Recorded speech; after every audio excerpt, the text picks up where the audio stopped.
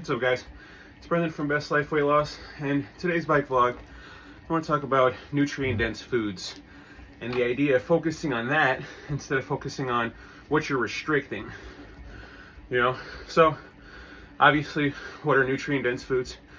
That's going to be anything that has high protein, high fiber, vitamins, minerals, and has low fat or low calories. That's basically the gist of it. I know, I literally Googled it just to get a good definition of it, And, for me, a lot of meat and a lot of vegetables. Vegetables, I always say, high in fiber. And, I think that more meat diet is very healthy for you. I feel like vegan diet, not so much. But I utilize a lot of vegetables because of that fiber. That fiber helps me feel full. And the idea of feeling full, it's really good, especially if you've been obese, you've always eaten until you're full, So that's something where on your weight loss journey, if you can simulate that without overeating or putting too much fat and calories in, then that's the goal. Now, I want to say too, don't focus on what you're restricting. When you harp on the foods you can't have, that's going to make you more susceptible to going back to that or changing it up. So one thing I've always talked about is how I just don't buy certain things. I don't buy cookies, cakes, anything like that. If I want something like that, I'll have it on my cheat day, and I'll buy like a small single serving size of something like that. Because I know, the whole idea of these videos is setting you up for success, setting your journey up to where you can't fail, And for me, I know that if I bought fucking a pack of Oreos, it wouldn't be able to just sit there. Mind you, I'm getting a lot better.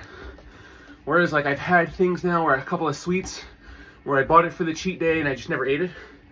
And it's actually able to sit there now. And it's not something, I put it away in the cabinet.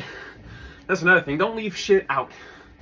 If you're gonna leave out fruits, show that, It seems silly, but I'm always talking about the mind game, the mental aspect of your weight loss journey.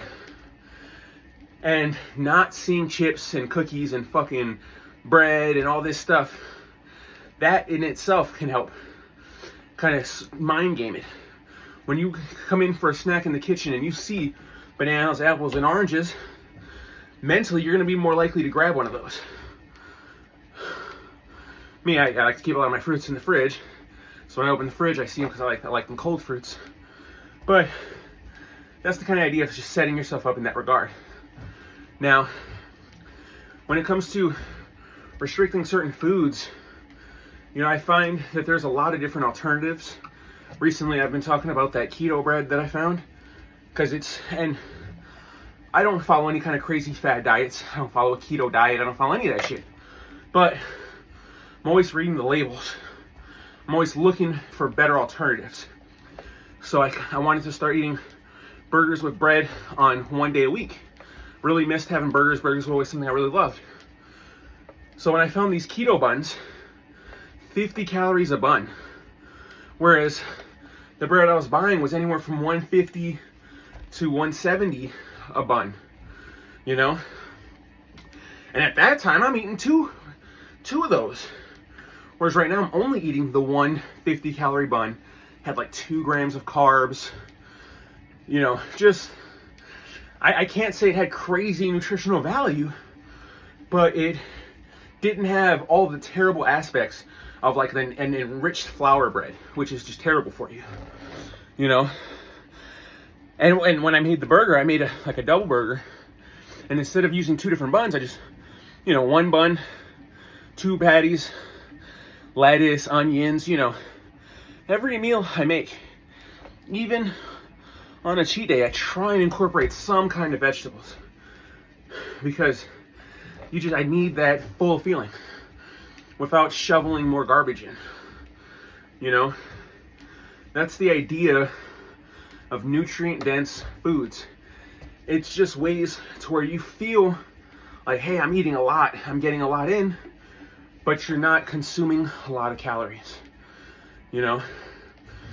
So there's a lot of good recipes you can find online where you're making foods that can really fill you up and not set you back, you know? I've talked here about the Halo Top.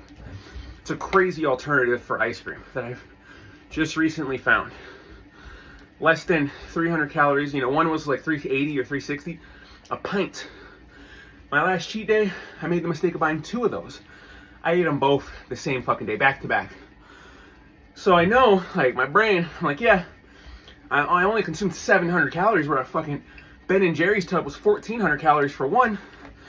I know that I shouldn't have ate both of them.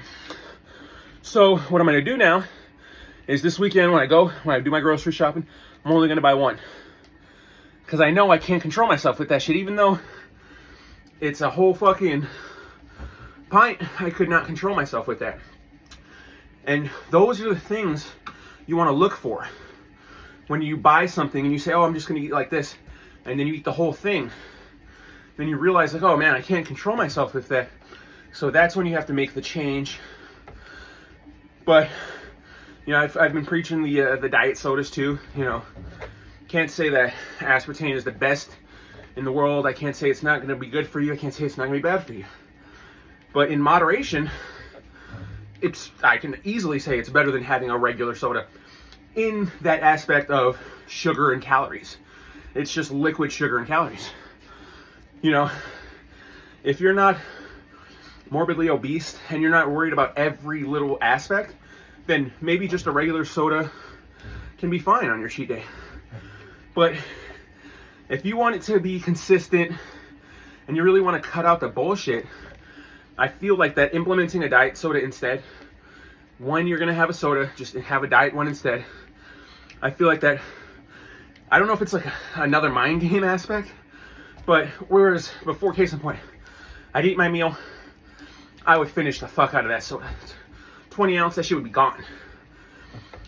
I have a fucking Diet Dr. Pepper, 20 ounce. That'll last me 2 meals, 2 separate days. One day, I'll drink, won't even drink half of it.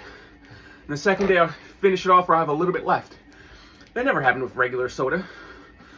So it was something like that that really sparked for me, where I was like, okay, doesn't have any nutritional value, but it's a little less worse for me than that bullshit. The Crystal Ice. That was another alternative that I really enjoy. Tastes amazing, but the sugar they use, I just didn't like the way it was, the fake sugar they use, didn't really like the way it was affecting my body. So that's something I would only have once or twice a month. I really don't want to go too far in that because I feel like that just didn't lie, my body didn't like it. Right now I'm doing more 0 calorie Gatorade. Just has sodium in it, and it's something to add a little bit of flavor. Water is still godlike, but I wanted something else, just to say, oh, I could taste on that. And that's something where I'll sip on it. One will last me days, you know. So there are healthier alternatives that some are stigmatized, you know, like the diet sodas can be heavily stigmatized. But it's really about finding what works for you.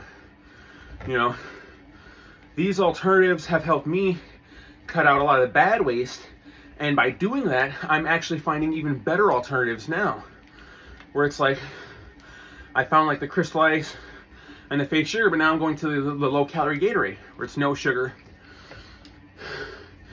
So it's just about finding high dense nutrient foods, proteins, stuff like that, and fixating on promoting a better diet rather than restricting foods that you like.